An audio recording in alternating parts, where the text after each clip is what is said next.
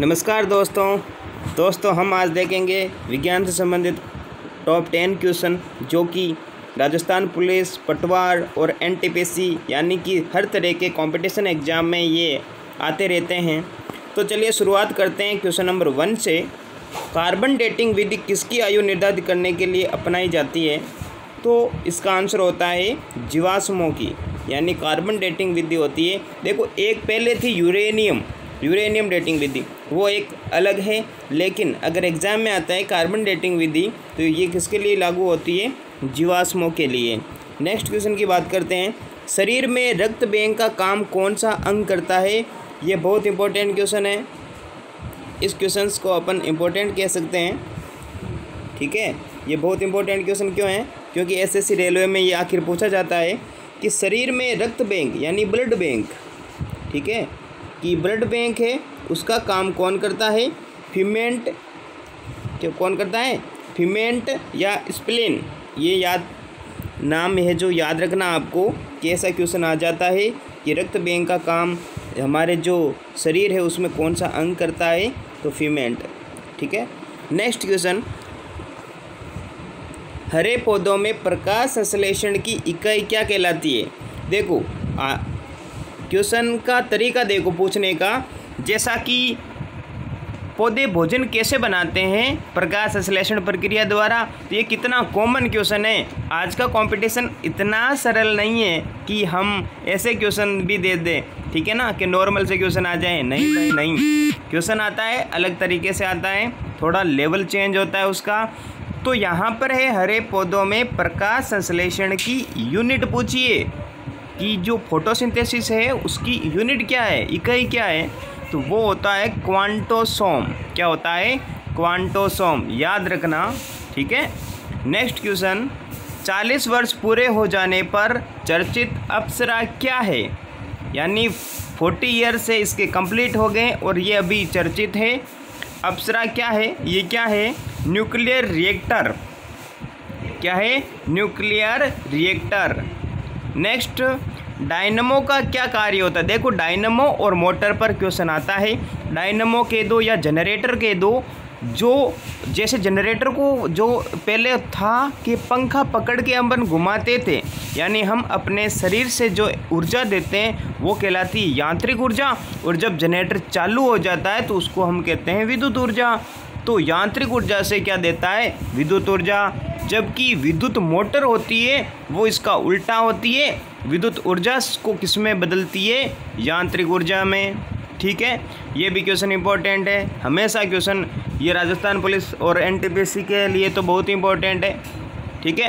कुछ क्वेश्चन ऐसे होते हैं जो बहुत सरल होते हैं और रिपीट होते रहते हैं। ओके, नेक्स्ट क्वेश्चन की बात करते हैं। प्रकृति में सबसे अधिक मात्रा में पाए जाने वाले, प्रकृति में सबसे अधिक मात्रा में पाए जाने वाला कार्बनिक यौगिक कौन सा है?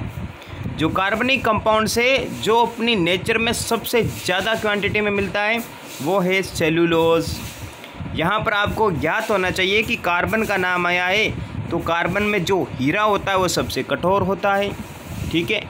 और विद्युत धारा का जो चालन है वो ग्रेफाइट करता है, और फुलरीन होता है वो तो एक अलग ही है ना। तो ये क्रिस्टली अप्रूप होते हैं कार्बन के, हीरा, ग्रेफाइट और फुलरीन। नेक्स्ट क्वेश्चन, वृद्धावस्था का अध्ययन विज्ञान की किस शाखा के अंतर्गत किया जाता है? तो वृद्धावस्था का जो अध्ययन है वो हम कहते हैं जीरेंटोलॉजी। लॉजी का मतलब होता है अध्ययन करना, और किसको कहते हैं वृद्धावस्था? जीरेंटो। तो जीरेंटोलॉजी को हम कहते हैं वृद्धावस्था का अध्ययन। जैसे मैंने कहा हृदय से संबंधित का अध्ययन तो हार्टोलॉजी। आए भाषण में इस तरीके से। नेक्स्ट क्वेश्चन, डोलोमाइट किसका अयस्क है? कैल्शियम का। डोलोमाइट किसका अयस्क है? कैल्शियम का। रेफ्रिजरेटर में परिस्थितक क्या होता है? देखो, रेफ्रिजरेटर के अंदर जो ठंडा होता है यानी कि जो कूल वातावरण होता है वो किसके कारण होता है? वो फ्रीऑन होता है। देखो, फ्रीऑन जो होता है, एक हम पढ़ते हैं कि क्लोरोफ्लोरोकार्बन CFC, तो इन पर आखिर क्वेश्चन बनते रहते हैं, ठीक है। तो रेफ्रिजरेटर में परिस्थितक का क्या होता है? फ्रीऑन। नेक्स्ट क्वेश्चन, चंद्रमा पर वायुमंडल न होने का क्या कारण है?